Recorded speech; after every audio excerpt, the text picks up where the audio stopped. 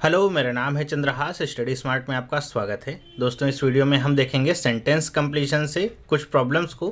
और यहाँ पे सेंटेंस कंप्लीशन में हमने ट्राई किया है न्यू पैटर्न। और न्यू पैटर्न पे क्या होगा कि सेंटेंस कंप्लीशन आप जनरली जानते होंगे कि आपको पूरा सेंटेंस दिया जाता है और वहाँ पे कुछ पार्ट्स को हाइड कर दिया जाता है, ब्लैंक छोड़ दिया जाता है। फिर वहाँ पे आपको ऑप्शंस दिए जाते हैं जिसमें आपको जो एकदम सूटेबल वर्ड हो उसको फिल करना होता है और वही आपका आंसर होता है। लेकिन यहाँ पे क्या है, सेंटेंस कंप्लीशन सब कुछ तो ऐसा ही रहेगा, लेकिन यहाँ पे आपको चॉइसेस केवल 4 ऑप्शंस ना देकर के 5 या 6 ऑप्शंस के रूप में मिलेगी।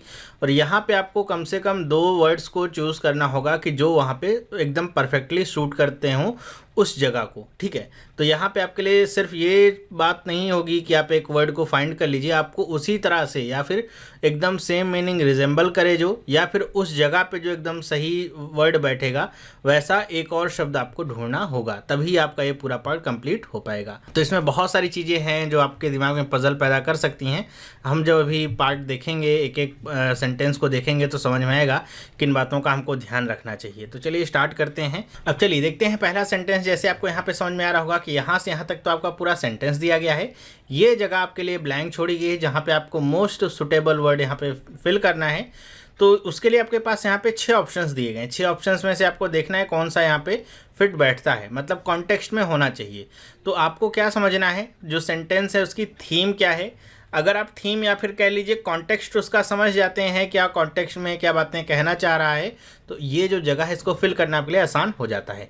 फिर यहाँ पे आपको क्या सिलेक्ट करना है, आंसर आपको यहाँ से देना है। ये जैसे पहला यहाँ पे सही हो गया तो वो आपका आंसर नहीं होगा, आपको यहाँ से एक जो परफेक्ट मैचिंग पेयर होगा, जैसे 2 and 1, मतलब जैसे 2 है और 1 है, ये दोनों आपके परफेक्टली यहाँ पे मैच हो जा रहे हैं, मतलब आप बहुत अच्छे तरीके से इसको फिल कर दे रहे हैं, पूरा मीनिंग जो आ रही है निकल के अच्छे से आ रही है, तो आपका फर्स्ट वाला जो ऑप्शन होगा वो सही हो जाएगा। लेकिन अगर ऐसा नहीं है, मान लेते हैं केवल 2 वाला आपका फिट हो रहा है, 1 वाला फिट नहीं हो रहा है, तो ये आपका ऑप्शन नहीं होगा। तो इस तरीके से आपको यहाँ पे मैच करके देखना होगा कौन सा ऑप्शन सही हो रहा है, कौन सा ऑप्शन नहीं सही हो रहा है। तो चलिए पढ़ते हैं, देखते हैं क्या लिखा गया है। IIM कलकत्ता विच, फिर यहाँ पे dash, it's final placement on Monday expects consulting to be strong. कह रहे हैं कि IIM कलकत्ता के बारे में बात हो रही है कि विच, फिर यहाँ पे dash, it's final placement on Monday, कि जिसकी समझ लीजिए एक तरीके से बता रहे हैं कि उसने कंडक्ट किया होगा फाइनल प्लेसमेंट मंडे को और एक्सपेक्ट क्या कर रहा है कि अच्छी कंसल्टिंग होगी। तो यहाँ पे आप देखिए जो मिसिंग वर्ड है वो क्या है। तो अगर आप देखिए पहला जो आपको ऑप्शन दिया है किक स्टार्ट, तो अगर आप यहाँ पे रखते हैं कि which kick start is final placement on Monday, तो किक स्टार्ट का मतलब वैसे क्या होता है कि किसी भी चीज़ को कह लीजिए अचानक से शुरू करना। ठीक है, ये ज़्यादातर जो गवर्नमेंट पॉलिसीज़ वगैरह होती हैं, जैसे कोई गवर्नमेंट पॉलिसी या फिर कोई स्कीम एकदम डंप पड़ी हुई है तो उसको किक स्टार्ट देने की प्रयास किया जाता है, मतलब उसको कुछ फंडिंग वगैरह दे करके फिर अचानक से उठाया जाता है। तो वहाँ पे ये सारे वर्ड यूज होते हैं किक स्टार्ट, यहाँ पे इसके लिए सुटेबल नहीं होगा, तो इसको काट दीजिए। दूसरा ऑप्शन क्या कहता है, किक्स ऑफ। किक्स ऑफ का मतलब क्या होता है, अपने आप में ही इसका मतलब क्या होता है, स्टार्ट करना। ठीक है, और ज़्यादातर ये प्लेसमेंट या फिर जो इंडस्ट्री वगैरह होती है वहाँ पे ये टर्म यूज होता है किक्स ऑफ। किक्स ऑफ का मतलब क्या होगा कि which kicks off its final placement on Monday, कि जिसने अपना जो फाइनल प्लेसमेंट है वो मंडे को स्टार्ट कर दिया। तो यहाँ पे जो किक्स ऑफ होगा वो वर्ड आ सकता है क्या, तो हाँ, दूसरा वाला आपका सही है। फिर तीसरा ऑप्शन देखिए क्या है, अनाउंसेस। क्या लिखा गया है, IIM Calcutta which announces it's final placement on Monday. तो उसने क्या किया, अनाउंस किया कि उसकी फाइनल प्लेसमेंट जो है वो मंडे से स्टार्ट हो गई है या फिर स्टार्ट है। तो ये आपका वर्ड आ सकता है क्या, कि उसने अनाउंस किया, तो ये भी आप कह सकते हैं कि हाँ फिट बैठता है हमारे यहाँ पे इस कॉन्टेक्स्ट में कि उसने अनाउंस किया और आप उसको उम्मीद है कि अच्छी कंसल्टिंग या स्ट्रॉन्ग कंसल्टिंग उसको मिलेगी। फिर चौथा ऑप्शन क्या कहता है, होस्ट। तो आप होस्ट भी ऐसा यहाँ पे वर्ड डाल सकते हैं क्या, तो हाँ, ये भी आप डाल सकते हैं कि IIM कलकत्ता जिसने अपनी फाइनल प्लेसमेंट होस्ट की है या उसकी शुरुआत की है, तो आप ये वर्ड भी डाल सकते हैं यहाँ पे, इसमें फिट बैठता है। तो ये भी आपका सही हो सकता है कुछ मायनों में। पांचवा और जो छठा है ऑप्शन, आप देखिए ऑफर्स या फिर पुशेस इस इट्स फाइनल प्लेसमेंट, तो ये मेरे ख्याल से आपके लिए सुटेबल वर्ड्स नहीं है, तो आप इनको काट दीजिए। तो आपके सामने यहाँ पे 3 ऑप्शंस आपको सही होते हुए दिख रहे हैं, लेकिन इनमें तीनों सही होंगे क्या, ऐसा नहीं है। अब आपको देखना होगा कौन सा पेयर यहाँ पे मैच कर रहा है, वही आपका सही ऑप्शन होगा। तो पहला ऑप्शन देखिए 2 and 1, जिसमें 2 तो है लेकिन 1 आपका सही नहीं है, तो इसको काट दीजिए। 1 and 4, तो 1 तो आपका नहीं है, 4th वाला हो सकता है लेकिन 1 नहीं है, तो इसको भी काट दीजिए। 3 and 5, 3 वाला तो आपका है लेकिन 5 वाला ऑफर्स नहीं है, तो आप इसको भी काट सकते हैं। अब यहाँ पे जॉब वगैरह देने की बात होती तो ऑफर की बात की, प्लेसमेंट की बात हो रही, मतलब कोई एक समझ लीजिए इवेंट कंडक्ट हो रहा है, तो इसलिए ऑफर यहाँ पे शब्द सही नहीं होगा। डी वाला ऑप्शन देखिए क्या है, 2 और 3, तो डी वाला ऑप्शन देखिए 2 और 3, तो मेरे ख्याल से आपका एकदम सही मैच है। इसमें दूसरा वाला भी आ रहा है और तीसरा वाला भी आ रहा है जो हमने सही किए थे, तो ये आपका मैच सही है। 5वां देखिए 6 और 3, तो 6 ही नहीं है इसमें, 3 तो है लेकिन 6 नहीं है, तो आप इसको भी गलत कर देंगे। तो कौन सा ऑप्शन सही हुआ, डी वाला सही हुआ। तो इसमें आपको समझना क्या है, कॉन्टेक्स्ट क्या है, और उस कॉन्टेक्स्ट के अलोंग आपके यहाँ पे जैसे 6 सेंटेंस दिए गए हैं, 6 आपको ऑप्शंस दिए गए हैं, तो 6 ऑप्शंस में से 2, 3, 4 भी सही हो सकते हैं, लेकिन आपको सही पेयर का चुनाव यहाँ पे करना होगा। सही यहाँ पे वर्ड आप तो चुन सकते हैं कि हाँ ये वर्ड आपका एकदम फिट बैठ रहा है, यहाँ पे अर्थ उसके अलग अलग भी निकल सकते हैं, लेकिन वहाँ पे फिट होना चाहिए कि एकदम वो ऐसा नहीं आउट ऑफ कॉन्टेक्स्ट बात कही जा रही हो। लेकिन अगर यहाँ पे पेयर में वो वर्ड आपका नहीं आता है, जैसे यहाँ पे हमने देखा 2 और 1, 2 तो है लेकिन 1 नहीं है, तो वो आपका सही ऑप्शन नहीं हो सकता है। तो बड़ा ध्यान से आपको करना होगा इस तरह के क्वेश्चंस अगर आते हैं तो। चलिए देखते हैं दूसरा सेंटेंस यहाँ पे क्या लिखा गया है। Supreme Court has cancelled many licences dash by the previous telecom minister, कि सुप्रीम कोर्ट ने बहुत सारे लाइसेंसेस को कैंसिल किया है और कह रहे हैं कि bye the previous telecom minister, कि अब यहाँ पे ऐसे आप समझ सकते हैं कि जो कि प्रीवियस टेलीकॉम मिनिस्टर के द्वारा दिए गए होंगे लाइसेंस, उसको सुप्रीम कोर्ट ने कैंसिल किया हुआ है। ठीक है, तो यहाँ पे आपको क्या देखना है, शब्द लाइसेंस देने के लिए हम क्या शब्द इस्तेमाल कर सकते हैं लाइसेंस के लिए। तो पहला ऑप्शन देखिए यहाँ पे क्या है, distributed, cancelled many licence distributed by the, तो डिस्ट्रीब्यूटेड मेरे ख्याल से आपका लाइसेंस के लिए सही शब्द नहीं होगा, क्योंकि लाइसेंस ऐसी कोई फ्री की चीज़ नहीं है कि जैसे आप किसी में टॉफ़ी बांट दे बच्चों में, तो ऐसा लाइसेंस नहीं है कि वो डिस्ट्रीब्यूट कर दिया जाए सबको, ये डिस्ट्रीब्यूशन का प्रोसेस आपका नहीं है, तो आप इसको कैंसिल कर सकते हैं। दूसरा क्या है, सैंक्शन, तो हाँ सैंक्शन हो सकता है, ये शब्द आपका इस्तेमाल होता है, लाइसेंस को सैंक्शन किया जाता है, मतलब एक तरीके से अनुमति प्रदान करना कि आप ये सर्विसेज यूज़ कर सकते हैं या ये काम आप कर सकते हैं, तो सैंक्शन आप करते हैं। तीसरा ऑप्शन देखिए क्या है, डिवाइडेड, तो डिवाइडेड भी आपका ऑप्शन सही नहीं, कोई ऐसा बंटवारा नहीं चल रहा है कि लाइसेंस लेकर के बस सबको बराबर बराबर हिस्सों में बांट दिया जाता है। ठीक है, तो ये भी आपका शब्द गलत है। देखिए इस आउट ऑफ कॉन्टेक्स्ट जैसे ही वर्ड आपको आते हैं आपको समझ में आ जाएगा कि ये तो जो हमारा सेंटेंस है उससे कुछ मैच खाता ही नहीं है। चौथा जो शब्द है वो देखिए क्या है, यहाँ पे ये वो लिखा गया है ग्रांटेड, तो ग्रांटेड आपका क्या हो सकता है, जी हाँ ग्रांटेड भी हो सकता है, हम किसी भी चीज़ को या गवर्नमेंट किसी भी चीज़ को ग्रांट करती है जब उसके लिए उससे अनुमति मांगी जाती है, गवर्नमेंट पाती है कि हाँ कोई भी व्यक्ति या इंस्टीट्यूशन उसके लिए एलिजिबल है किसी भी चीज़ के लिए, अगर वो टेलीकॉम इंडस्ट्री की बात की जा रही है तो उससे रिलेटेड, तो ही वो उसको ग्रांट करती है लाइसेंस। ठीक है, तो ग्रांटेड शब्द भी आपका एकदम सही है। पांचवा देखिए क्या है, अवॉर्डेड, अवॉर्डेड कुछ टर्म में आपका लाइसेंस के लिए यूज़ किया जाता है, अवॉर्ड करना लाइसेंस को, जैसे हम बहुत सारी जगहों पे देखते हैं किसी भी व्यक्ति के लिए, जैसे हम देखते हैं हमारे जो इंडियन आर्मी के सोल्जर्स होते हैं उनके परिवारों को जो पेट्रोल पंप्स वगैरह होते हैं वो अवार्ड किए जाते हैं एक तरीके से उनकी सेवा के लिए, अगर कोई शहीद होता है तो इस तरीके के टर्म लाइसेंस के साथ यूज किए जाते हैं, तो इन केस अवॉर्डेड यहाँ पे शब्द हो सकता है पांचवा। ठीक है, हम कह सकते हैं। फिर छठा देखिए क्या है, यूटिलाइज, तो ये आपका यूटिलाइज आपका शब्द एकदम से गलत है, यूटिलाइज नहीं करेंगे, टेलीकॉम मिनिस्टर के द्वारा कोई किसी भी तरह का लाइसेंस यूटिलाइज नहीं किया गया है। ठीक है, तो तीन आपके सामने ऑप्शंस आते हैं, दूसरा, चौथा और पांचवा, जिसमें मेरे ख्याल से दूसरा और चौथा काफ़ी स्ट्रांग वर्ड हैं जो यहाँ पे फिल हो सकते हैं। अब ऑप्शंस पे अगर हम चलें तो पहला ही ऑप्शन हमको मिल जाता है 2 और 4, तो यही आपका क्या हो जाएगा, सही। अब इसमें भी मल्टीपल सही होने के चांसेस नहीं है, तो आप इसको टिक करके आगे को नहीं भी चेक करेंगे तो चलेगा, लेकिन अगर आप चेक करिए देखिए क्या है, फर्स्ट एंड फोर्थ, तो फर्स्ट तो नहीं है, फोर्थ है, तब भी आपका क्या आ जाएगा, गलत। 3 और 5, तो 3 और 5 दोनों ही आप, अच्छा फिफ्थ वाला यहाँ पे अवॉर्डेड तो देखिए आ रहा है, लेकिन ये 3 के साथ पेयर बना रहा है, इसलिए क्या है, गलत है। 6th और 1st ये आपका गलत है, 1 और 3 ये भी आपका क्या हो जाएगा, गलत हो जाएगा। तो केवल एक ही ऑप्शन जो फर्स्ट वाला है वो आपका एकदम सही होता है, 2nd और 4th। ओके, नेक्स्ट हम चलते हैं, देखते हैं क्या है, लिखा हुआ है, expert said Indian debt yields were dash high and could attract investors in developed western markets, many of whom could borrow funds at a low digit rates। तो यहाँ पे अगर आप देखिए क्या आप कहने का प्रयास कर रहे हैं कि यहाँ पे इंडियन डेट यील्ड्स के बारे में बात की जा रही है, हालांकि जो मार्केट डेट यील्ड्स होती है इसके बारे में मैंने आपको बताया है इससे पहले, जो मैंने वीडियो दी थी जिसमें मैंने डेट सिक्योरिटीज़ के बारे में बताया था, उसमें बताया था कि डेट यील्ड्स का मतलब क्या होता है। अगर आपने नहीं देखा है वो वीडियो तो आप देख सकते हैं, आपको बैंकिंग अवेयरनेस या इकोनॉमी की अच्छी नॉलेज हो सकती है।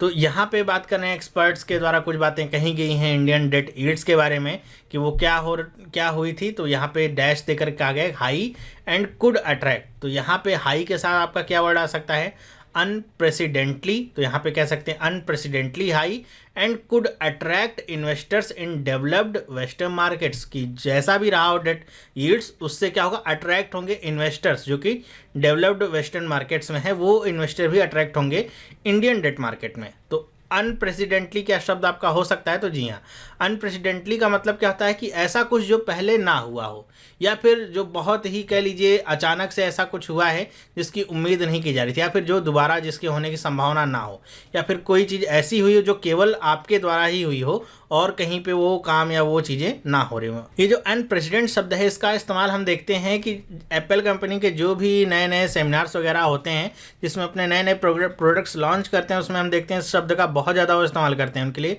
हर एक चीज़ क्या कहते हैं कि उनकी हर एक चीज़ क्या होती है, अनप्रेसिडेंटेड होती है, मतलब उनके द्वारा ही पहली बार लाई जाती है, उनके द्वारा ही पहली बार की जाती है। ठीक है, तो अनप्रेसिडेंटेड का मतलब यही होता है। तो ये यहाँ पे क्या सही होगा, तो हाँ यहाँ पे बैठ सकता है कि जो इसमें डेट यील्ड्स में क्या है, अनप्रेसिडेंटेड है, मतलब पहले ऐसी डेट यील्ड्स उनको मिली ही नहीं थी इतनी हाई, आप कह लीजिए इतनी अच्छी, जिससे इन्वेस्टर्स अट्रैक्ट होंगे। तो ये आपका शब्द हो सकता है। फिर दूसरा देखिए क्या है, इलॉजिकल। तो अगर देखिए डेट यील्ड्स वर इलॉजिकली हाई, अगर वो इलॉजिकली हाई होंगी तो क्या कोई अट्रैक्ट होगा, मतलब अगर आपको किसी भी काम के पीछे, अगर हमारे स्टॉक मार्केट ही समझ लीजिए बिना किसी रीजन के ही हाई हो जाता है, तो क्या किसी के लिए, इन्वेस्टर के लिए उसमें पैसा लगाना सेफ रहेगा? कोई भी उसे सेफ नहीं समझेगा, वो सोचेगा किसी भी रीजन से आई हुई हमको पता नहीं है। लेकिन हाँ, अगर वो गवर्नमेंट के किसी प्लान के द्वारा, स्कीम के द्वारा, या फिर मार्केट के एक स्टेबल बिहेवियर के द्वारा हाई होता है, तो इन्वेस्टर भी उस देश में पैसा लगाना चाहेंगे, उनका पैसा सुरक्षित रहेगा। तो इलॉजिकली अगर होगा तो इन्वेस्टर्स अट्रैक्ट नहीं होंगे, तो ये आपका गलत है। इसी तरीके से इरेशनली भी क्या है, इलॉजिकली का समझ लीजिए सिनोनिम ही है। तो अगर ये आपका दूसरा गलत है तो ये तीसरा भी आपका क्या होगा, गलत। इरेशनल का मतलब जिसके पीछे कोई रीजन आप नहीं दे सकें, वो क्या होगा, इरेशनल। फिर क्या होगा, एल्यूरिंगली। एल्यूर का मतलब क्या होता है, एल्यूर शब्द का आप पढ़ते होंगे इस्तेमाल। एल्यूर का मतलब होता है आकर्षित करना किसी को अपनी तरफ, तो वहीं से आपका बना हुआ है ये एडजेक्टिव एल्यूरिंगली। तो एल्यूरिंगली आपका क्या हो सकता है, क्या कि यील्ड्स वर एल्यूरिंगली हाई, मतलब बहुत ही आकर्षित करने के वे में हाई हो गई थी जो डेट यील्ड्स थी, और जिसकी वजह से इन्वेस्टर क्या हुए, अट्रैक्ट हुए। ठीक है, तो ये आपका हो सकता है क्या, चौथा वाला ऑप्शन। तो हाँ ये हो सकता है, मतलब हम ऐसे कह सकते हैं यील्ड्स पहले मान लीजिए 5% थी, 10% थी, 15% हो जाती हैं, इन्वेस्टर्स को लग रहा है कि हाँ ये धीरे धीरे यहाँ पे डेट यील्ड्स क्या हो रही, बढ़ रही हैं, तो हम यहाँ पे पैसा लगा सकते हैं। फिर पांचवा ऑप्शन देखिए क्या है, फियरफुली हाई। तो फियरफुली अगर हाई होंगी तो कोई भी इन्वेस्टर्स यहाँ पे पैसा नहीं लगाएगा। इसी तरीके से फॉल्सली हाई अगर होंगी तो भी कोई इन्वेस्टर यहाँ पे पैसा नहीं लगाएगा। तो ये आउट ऑफ कॉन्टेक्स्ट जो वर्ड है उनको आप आसानी से निकाल सकते हैं अगर आपको थीम समझ में आती है तो। ओके, तो यहाँ से हमको क्या समझ में आता है, फर्स्ट एंड फोर्थ, यही आपके सही पेयर बन रहे हैं। तो इसमें आप देखिए कहीं पे मिल रहा है फर्स्ट एंड फोर्थ, तो बी वाला ऑप्शन आपको मिलता है फर्स्ट एंड फोर्थ, टिक करके आप आगे बढ़ सकते हैं। ठीक है, नेक्स्ट देखते हैं क्या है, लिखा हुआ है the investigators are also not dash the possibility of local most likely a well trained terrorist group. कह रहे हैं कि इन्वेस्टिगेटर्स जो हैं are also not dash the possibility of local, मतलब किसी भी संभावना की बारे में बात कर रहे हैं, ऑफ लोकल मतलब जो लोकल हो, या फिर कह रहे हैं मोस्ट लाइकली या वेल ट्रेंड टेररिस्ट ग्रुप की, किसी वेल ट्रेंड टेररिस्ट ग्रुप के बारे में के पॉसिबिलिटी के बारे में बात करें। तो इन्वेस्टिगेटर शब्द का इस्तेमाल यहाँ पे हुआ है और टेररिस्ट शब्द का इस्तेमाल हुआ है। इसका मतलब आप अपने आप से लिंक कर सकते हैं, मतलब कोई घटना हुई होगी जिसके बारे में यहाँ पे जो इन्वेस्टिगेटर्स होंगे वो ये अनुमान लगाने का प्रयास कर रहे होंगे कि वो जो घटना है वो किसके द्वारा हुई है, किसी एमेच्योर पर्सन के द्वारा हुई है या फिर किसी वेल ट्रेंड टेररिस्ट ग्रुप के द्वारा वो घटना हुई है। तो यहाँ पे क्या शब्द का इस्तेमाल कर रहे हैं, द पॉसिबिलिटी ऑफ लोकल, मतलब वो किसी भी तरीके की ऐसी पॉसिबिलिटी को नकारना नहीं चाह रहे, मतलब उसको ऐसा नहीं कर रहे हैं कि ये जो घटना है ये किसी वेल ट्रेंड टेररिस्ट ग्रुप के द्वारा नहीं हुई है, ऐसा यहाँ पे बताने का प्रयास किया जा रहा है। तो अगर हम फर्स्ट ऑप्शन देखें तो ये क्या लिखा है, rolling out, the investigators are also not rolling out the possibility of local most likely a well trained terrorist group. मतलब क्या, रोलिंग आउट का मतलब या फिर रोल आउट का मतलब क्या होता है, रोल आउट का मतलब होता है एक्सक्लूड करना, मतलब बाहर निकालना, ठीक है। तो यहाँ पे इन्वेस्टिगेटर्स भी इस तरीके की किसी संभावना को, मतलब वो अपने रडार में किसी वेल ट्रेंड टेररिस्ट ग्रुप के हाथ होने के अंदेशे को नकार नहीं रहे, उनको भी लग रहा है किसी वेल ट्रेंड टेररिस्ट ग्रुप का ही इसमें हाथ है। तो यहाँ पे रूलिंग आउट जो शब्द है ये आपका सही होगा, तो क्या मेरे ख्याल से ये आपका सही होगा, ठीक है। दूसरा ऑप्शन इसमें क्या कहता है, पुलिंग आउट। पुलिंग आउट या फिर हम कह सकते हैं पुल आउट, इसका मतलब क्या होता है, इसका सीधा सा अर्थ होता है कहीं से बाहर निकलना। जनरली अगर आपने कोई एक किसी के साथ समझौता किया हो या फिर किसी के साथ आपने कोई अंडरटेकिंग की हो तो उससे बाहर निकलना, तो वो कहलाता है पुलिंग आउट, ठीक है। तो यहाँ पे पुलिंग आउट शब्द क्या आएगा, तो मेरे ख्याल से ये आपका सही शब्द नहीं होगा। तीसरा ऑप्शन देखिए क्या है कि investigators are also not doubting the possibility of, तो थर्ड वाला जो ऑप्शन है मेरे ख्याल से आ सकता है कि वो भी इस पर डाउट नहीं कर। तो थर्ड वाला ऑप्शन कुछ लोगों के लिए यहाँ पे कंफ्यूज भी कर सकता है, क्योंकि जो डाउट होता है कुछ लोग समझते हैं उसमें पॉसिबिलिटी पहले से ही इंक्लूडेड रहती है, ठीक है। तो इसको लेकर ये कुछ लोग कंफ्यूज हो सकते हैं, फिर भी अगर हम इसको लेकर के चलते हैं, देखेंगे पेयर में अगर ये आता है तब तो ठीक, नहीं तो फिर हम इसको हटा देंगे। नेक्स्ट हम देखते हैं क्या है, पुटिंग आउट। पुटिंग आउट शब्द का भी इस्तेमाल क्या होता है, बाहर निकालना, तो ये भी आपका रूलिंग आउट की तरह ही है कि इसका सिनोनिम बन सकता है। Investigators are also not putting out the possibility of, मतलब कि उनको बाहर, ऐसी वो पॉसिबिलिटी को बाहर नहीं रख रहे हैं कि इसमें किसी वेल ट्रेंड टेररिस्ट ग्रुप का हाथ होगा, ठीक है। फिर क्या है, पांचवा ऑप्शन क्या है, लिविंग द पॉसिबिलिटी, तो ये मेरे ख्याल से आपका सही शब्द नहीं होगा। And also not kicking out the possibility, ये भी आपका क्या होगा, कॉन्टेक्स्ट में आपका ये दोनों शब्द आपके सही नहीं फिट हो रहे हैं। तो आपके सामने तीन शब्द मिलते हैं, पहला, तीसरा और चौथा। अब हम पेयर बना के देखें तो दूसरा और पहला ऑप्शन है, तो ये आपका गलत हो जाएगा क्योंकि दूसरा नहीं है। फिर बी वाला ऑप्शन देखिए क्या है, थर्ड एंड फोर्थ। तो थर्ड एंड फोर्थ देखिए डाउटिंग और पुटिंग आउट, ये आपके दोनों शब्द आते हैं, ठीक है। तो ये आपका ऑप्शन सही हो सकता है, इसीलिए मैं कह रहा था पहले ही कि कुछ प्रॉब्लम्स आपको ऐसे यहाँ पे पजल क्रिएट कर सकते हैं। तो अगर इस तरह के प्रॉब्लम्स अगर आपके सामने भी आए तो आप इन्हें स्किप भी कर सकते हैं, ज़रूरी नहीं कि हर एक क्वेश्चन को आप करके आइए। क्योंकि यहाँ पे देखिए सी वाला ऑप्शन क्या कहता है, फर्स्ट एंड फोर्थ, मतलब rolling out and putting out, तो ये दोनों आपस में एक दूसरे के सिनोनिम से हमको प्रतीत होते हैं, दोनों के सेम मतलब होते हैं। जहाँ पे डाउटिंग में आपको थोड़ा सा डाउट ये भी हो सकता है क्योंकि इसमें पॉसिबिलिटी शामिल हो सकती है, तो कुछ लोगों के लिए ये आपका फेवरेबल नहीं हो सकता है। तो इसलिए अगर हम देखें तो पहला और चौथा तो एकदम कह सकते हैं एकदम मोस्ट सुटेबल वर्ड्स आपको यहाँ पे मिलते हैं। तो अगर आप ऑप्शन बी और सी में से कहें कौन सा ऑप्शन सही है, तो ये आपका सी वाला जो ऑप्शन होगा ये परफेक्टली मैच्ड होगा। बाकी के ऑप्शन देखिए, छठा एंड पहला ये भी गलत, पांचवा और तीसरा ये भी आपका गलत ही है। तो ये सी वाला ऑप्शन आपके लिए सही हो सकता है। लेकिन अगर आपको डाउट है कि बी वाला भी हो सकता है और सी वाला भी हो सकता है, तो मैं कहूँगा आप इसको स्किप कर दीजिए। नेगेटिव नंबर लेने से अच्छा है आप एक क्वेश्चन को छोड़ करके अगले क्वेश्चन पे फोकस करिए। चलिए नेक्स्ट देखते हैं क्या लिखा हुआ है। Our understanding is that election would be held as early as consider dash by all concern, मतलब चुनाव के बारे में बात की जा रही है कि चुनाव को कब कराना चाहिए, किन परिस्थितियों में चुनाव को होना चाहिए, तो चुनाव के होने की परिस्थितियां क्या हैं।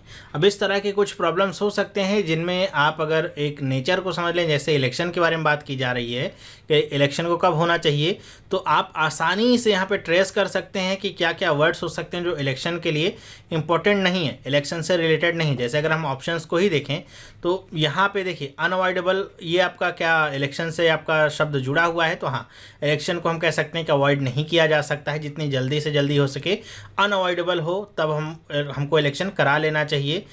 तो ये आपका शब्द आ सकता है, तो हम कह सकते हैं हाँ। दूसरा वाला क्या, नीड के अनुसार होता है कि मतलब जितनी जल्दी से जल्दी नीड हो हमको इलेक्शन कराने चाहिए बाय ऑल कंसर्न, तो ये कह सकते हैं कि ये आपका सही शब्द नहीं है। फिजिबल का मतलब क्या होता है, हम कहते हैं कि अब अगर हम बार बार अगर चुनाव कराते हैं तो हमारे देश के ऊपर बोझ उतना बढ़ता जाता है, तो हम कहते हैं कि जितनी जल्दी से जल्दी हो सके सभी मामलों को या फिर सभी संबंधित विषयों को देखते हुए फिजिबल हो हमको इलेक्शन करा लेने चाहिए। फिर ये आपका तीसरा वाला शब्द आ सकता है। चौथा वाला क्या, डिमांड के अनुसार होता है क्या इलेक्शन, तो आपका गलत है। ग्रिल्ड होता है क्या, गलत है। लोथ्ड होता है क्या, तो गलत है। ग्रिल का मतलब क्या हो सकता है, ग्रिल का एक मतलब तो होता है भूनना, और यहाँ पे जो जिस कॉन्टेक्स्ट में बात हो रही है उसका मतलब क्या होगा कि जिसको बहुत ज़्यादा हम इंटेंस क्वेश्चनिंग कर सकें जिसके ऊपर, तो वो बात होती है, तो वो आपका शब्द सही नहीं है। लोथ का मतलब आप समझते ही हैं कि अगर बहुत ज़्यादा डिसलाइक है किसी भी चीज़ को लेकर के आपके मन में, तो उसे कहा जाता है लोथ फीलिंग, ठीक है, मतलब घृणा कह सकते हैं। तो इलेक्शन और घृणा का यहाँ पे कोई भी संबंध नहीं है। तो आपके सामने केवल दो ही ऑप्शंस आते हैं, या तो पहला या तो तीसरा, तो इन्हीं दोनों में आपको सेलेक्ट करना है। देखिए पेयर कहीं बन रहा है तो फर्स्ट वाला ये ऑप्शन आपके लिए सही हो जाता है थर्ड एंड फर्स्ट। इसको टिक करके आप आगे बढ़ सकते हैं। तो अगर आप कॉन्टेक्स्ट को समझ लेते हैं, यहाँ पे जैसे हमने एक कीवर्ड पकड़ लिया इलेक्शन, तो उससे लेकर के हमको समझ में आता है कि क्या वर्ड आपके ज़रूरी हो सकते हैं और क्या वर्ड फालतू के दिए गए हैं। जो फालतू के वर्ड आप उनको अलग कर लीजिए, आपको जो सही शब्द हैं उनमें से चॉइस अपने आप ही मिल जाती है। नेक्स्ट देखते हैं, लिखा गया है the new management came out with a dash that could put back on growth trajectory. तो यहाँ पे मैनेजमेंट के बारे में बात की जा रही है कि वो क्या लेकर के आया है। तो हमको पता है कि मैनेजमेंट का काम क्या होता है। किसी भी मैनेजमेंट का काम होता है कंपनी को कि ग्रोथ को आगे बढ़ाने के लिए वो नए नए प्लान, नए नए स्ट्रेटजीज लाता है, नए नए लाता है कि क्या रास्ते निकल सकते हैं जिसको हम अपना करके अपनी कंपनी को आगे बढ़ा सकते हैं। मैनेजमेंट का एक काम क्या होता है, थिंकिंग का, ठीक है। तो यहाँ पे हम उससे रिलेटेड वर्ड देख सकते हैं क्या है कि management came out with a plan, तो हम कह सकते हैं हाँ ये वर्ड आपका सही है। दूसरा देखिए क्या है, विथ अ रोड मैप। तो रोड मैप भी आपका शब्द इस्तेमाल होता है। रोड मैप का मतलब होता है नए रास्ते के साथ, या फिर कह लीजिए नई तकनीक के साथ, नई तरकीब के साथ हमको आगे बढ़ना है, तो रोड मैप का भी इस्तेमाल हम करते हैं। स्ट्रेटजी भी आपका सही शब्द है। चौथा हम कह सकते हैं फॉर्मूला। एक हद तक हम कह सकते हैं कि जो चौथा शब्द है वो भी आपका सही है कि come out with a new formula. आजकल बड़ा ये प्रचलित शब्द हो रहा है कि नए फार्मूला के साथ कुछ भी चीज़ लॉन्च होती है या फिर नया फार्मूला हमने अपनाया है, ऐसे बोलचाल की भाषा में बहुत प्रचलित हो रहा है ये शब्द। पांचवा जो शब्द है क्या है, came out with a new logic, तो ये आपका शब्द क्या है, गलत है। और जो छठा है वो भी आपका टूल क्या है, आउट ऑफ द कॉन्टेक्स्ट है। तो पांचवा और छठवां क्या है, आउट ऑफ द कॉन्टेक्स्ट शब्द हैं, तो इनको आप हटा दीजिए। लेकिन फिर भी आपके सामने यहाँ पे 4 शब्द हैं जो एकदम सही आपको प्रतीत हो रहे हैं कि ये यहाँ पे फिल करेंगे तो एकदम सेंटेंस आपका एकदम सही हो सकता है। अब यहाँ पे आपको देखना है चॉइसेस क्या क्या आपके सामने दी गई हैं। तो पहली चॉइस क्या है, देखिए थर्ड एंड सेकेंड, तो दूसरा और तीसरा दोनों ही सही हैं, तो ये वाला ऑप्शन आपका सही हो सकता है क्या, तो ये हो सकता है। फर्स्ट एंड फिफ्थ, पहला और पांचवा आपका गलत है, तो पांचवा आप काट दीजिए। छठा भी आपका गलत है, पांचवा छठा जहाँ भी आए आप उसको सिंपली काट सकते हैं। पांचवा ये भी गलत हो गया, छठा ये भी गलत, यहाँ पे पांचवा ये भी गलत। तो इन केस अगर ये वाला जो ए वाला ऑप्शन है ये आपका नीचे ई की जगह पे दिया होता तो आप ऐसे भी कर सकते थे। पांचवा और छठा जहाँ पे आपको दिखता उसको तो कैंसिल आउट करते ही चलते, जो आप उसके अलावा बच जाता वही आपका सही ऑप्शन होता। तो यहाँ पे थर्ड एंड टू ये आपका क्या है, सही ऑप्शन। इसका मतलब बाकी गलत नहीं है, लेकिन यहाँ पे आंसर के रूप में आपको एक ही पेयर मिल रहा है, तो उसी को आप सही करके आगे बढ़ जाएंगे।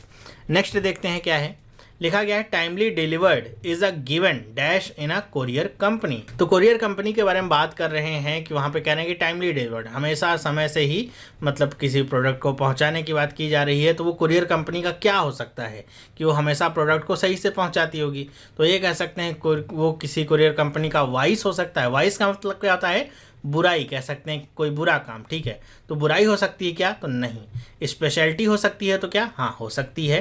क्या वो सिस्टम हो सकता है क्या, इज गिवन सिस्टम, तो ये आप कह सकते हैं गलत है। फेथ हो सकता है क्या, तो फेथ से काम नहीं चलता है, गलत है। वर्चू हो सकता है क्या, वर्चू का मतलब क्या, गुण है। गुण का मतलब भी क्या है, एक तरीके से उसकी खासियत है, स्पेशलिटी है। छठा फीचर हो सकता है क्या, तो हाँ फीचर भी आपका हो सकता है कंपनी को लेकर के, कोरियर कंपनी को लेकर के। तो आपके सामने ऑप्शंस मिलते हैं दूसरा, पांचवा और छठा। तो आपको पहला, तीसरा, चौथा शब्द जहाँ पर भी मिले मतलब ऑप्शन मिले उसको आप आसानी से काट सकते हैं। तो आप देखिए पहला मिला, पहला यहाँ पे मिला, यहाँ पे दूसरा और पांचवा है, तो आप इसको सही की तरह मार्क कर सकते हैं। स्पेशलिटी हो गया और वर्चू हो गया, या बाकी यहाँ पे देखिए पहला मिल गया, ये भी गलत।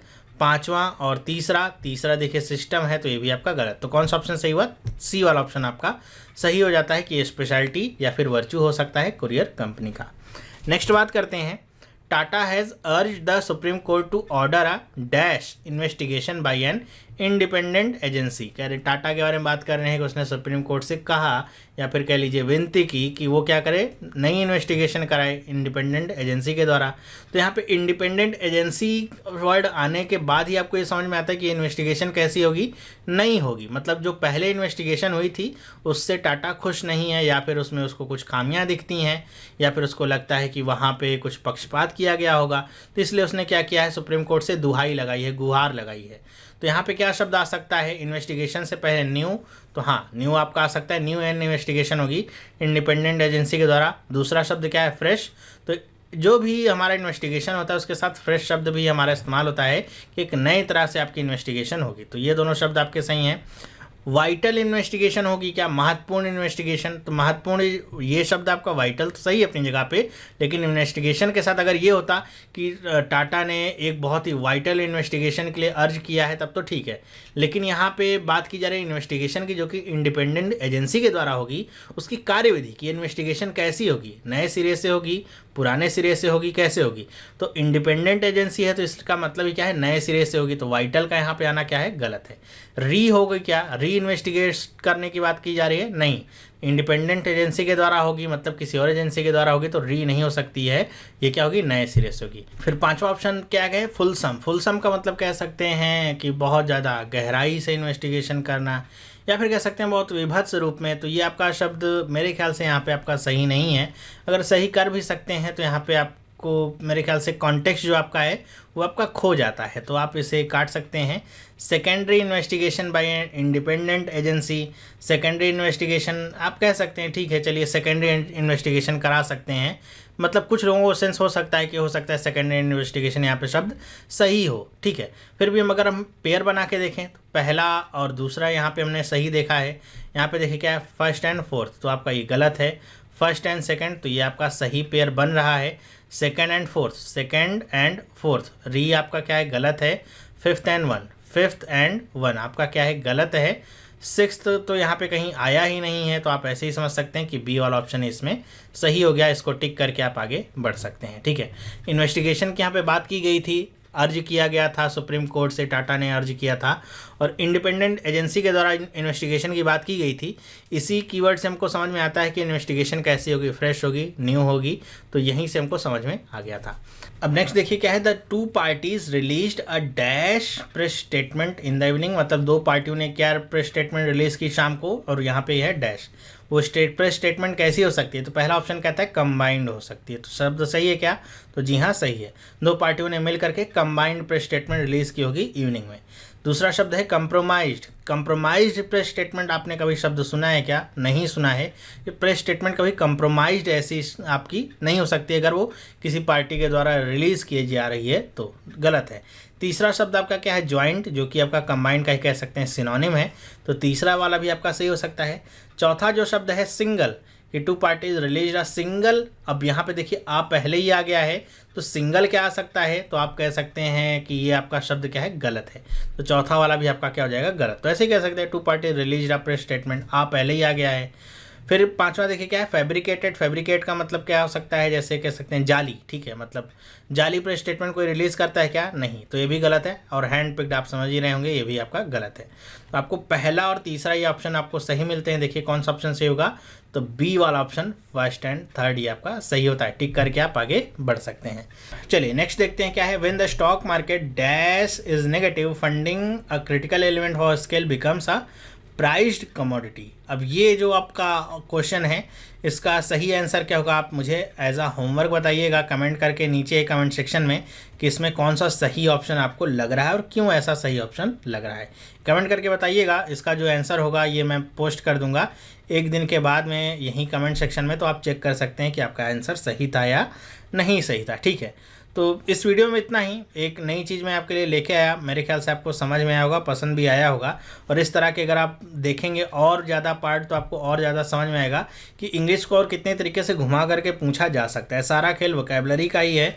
अगर आपको वोकैबुलरी अच्छे से समझ में आती है तो आपको ये सारी चीज़ें भी बहुत अच्छे से समझ में आ जाएंगी। तो ये वीडियो आपको कैसा लगा मुझे आप कमेंट करके बताइएगा, और वीडियो अगर पसंद आया है तो लाइक करिएगा। और इस तरह के और वीडियोज़ मैं आपके सामने लाने की प्रयास करूँगा, इंग्लिश से लेकर के आपको नए नए और वीडियोज़ दूँगा।